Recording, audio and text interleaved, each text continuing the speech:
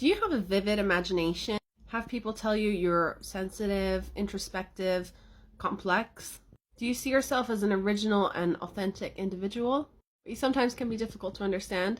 These are some signs you might be an INFP. INFPs have an inner core of values that they live by. These values guide their interactions, they guide their decisions, and INFPs strive to live authentically within these values. It's very hard for an outsider to try and change an INFP's mind when it comes to something that is in accordance with these values, because they will most likely not change their mind.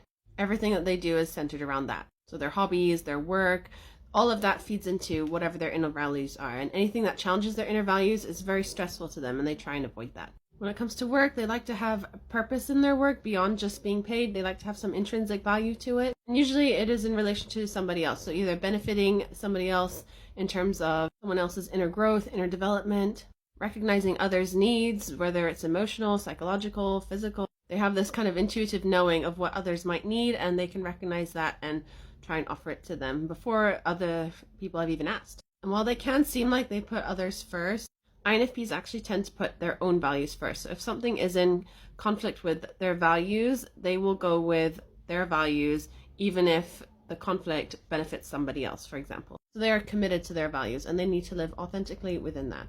If they don't, then they feel like they're not living their true self, they're failing at their purpose, and it is a source of stress for them. However, they're very sensitive, they're very caring and very concerned for others. They're very idealistic, they have so many ideas, they like to research things, they like to understand things theoretically without needing to put it into practice necessarily. They just want to gather information that is related to possibilities for the future, changes for the future, innovation. They have long-range visions and are very, very imaginative. They can see things that perhaps others can't. They can see something coming before somebody else does. And they don't feel bound by the status quo or tradition or how things have been done before, experiences from before. Very curious and creative in that way. They really enjoy complex ideas and theories. Human psychology is one thing that they're very passionate about. Art, history, philosophy. And they have a tendency to be able to concentrate on something for like a short burst of time, or they have like this burst of energy where they're suddenly very creative and very productive, and then they'll go into a phase of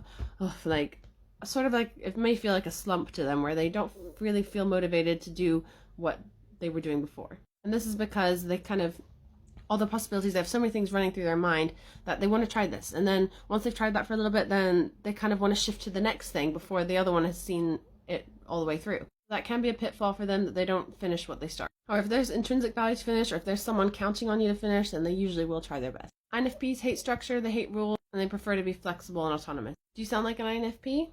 Like for part 2.